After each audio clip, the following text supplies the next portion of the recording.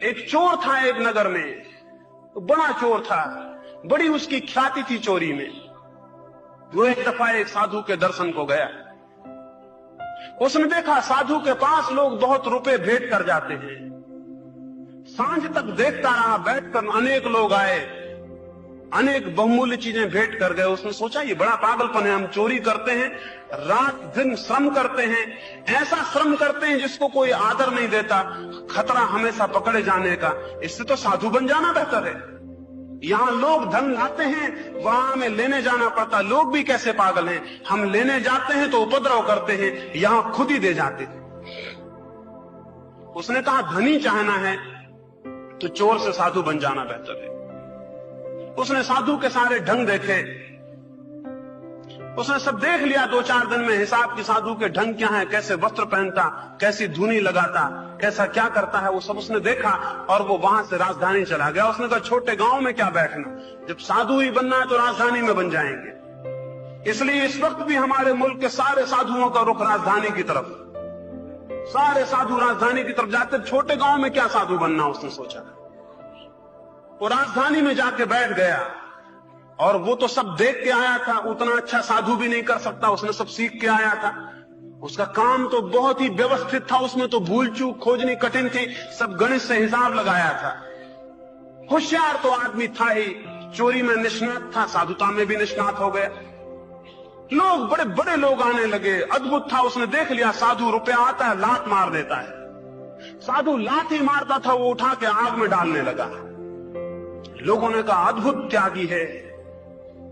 पैसे की तरफ आंख फेर लेता था, जितनी आंख फेरने लगा उतना रुपया आने लगा, जितना लात मारने लगा उतना धन संपत्ति दौड़ने लगे, जितना लोगों से कहने लगा मेरे पैर मत छुओ उतने लोग पैरों पर गिरने पड़े। सारी राजधानी चकित तो साधु की प्रतिष्ठा बनने लगी। पहले ही दिन जब उसकी प्रतिष्ठा का पूरा प्रभाव फैला और हजारों लाखों रुपए उसके चरणों में चढ़े, रात वो सोचने लगा इन्हें लेके भाग जाऊं। लेकिन उसे ख्याल आया एक नकली साधु को इतना मिलता है तो असली को कितना मिलता हो। दूसरे दिन सुबह उसने सच में ही रुपए आग में डाल दिए। दूसरे दिन सुबह उसने सच में ही रुपए आग में डाल दिए।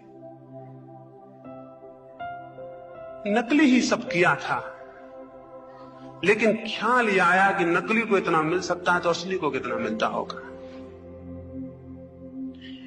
एक दिशा में झूठा ही उन्मुख हुआ था,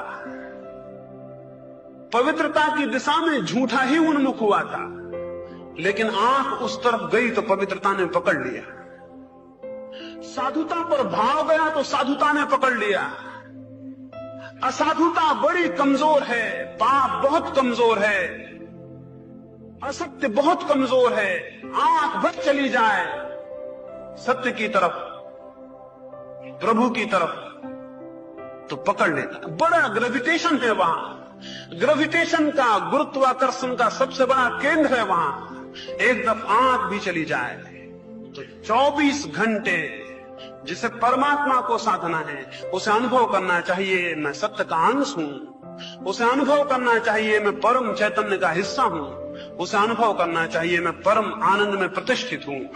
इस भांति उसकी धारा प्रवाहित होगी। धीरे धीरे परिवर्तन के झोंके आने शुरू होंगे। धीरे धीरे उसकी आंख मुड़ेगी और एक जन्म में नहीं, अगर अनेक जन्मों में भी आंख मुड़ जाए तब भी जल्दी मुड़ गई ऐसा समझना।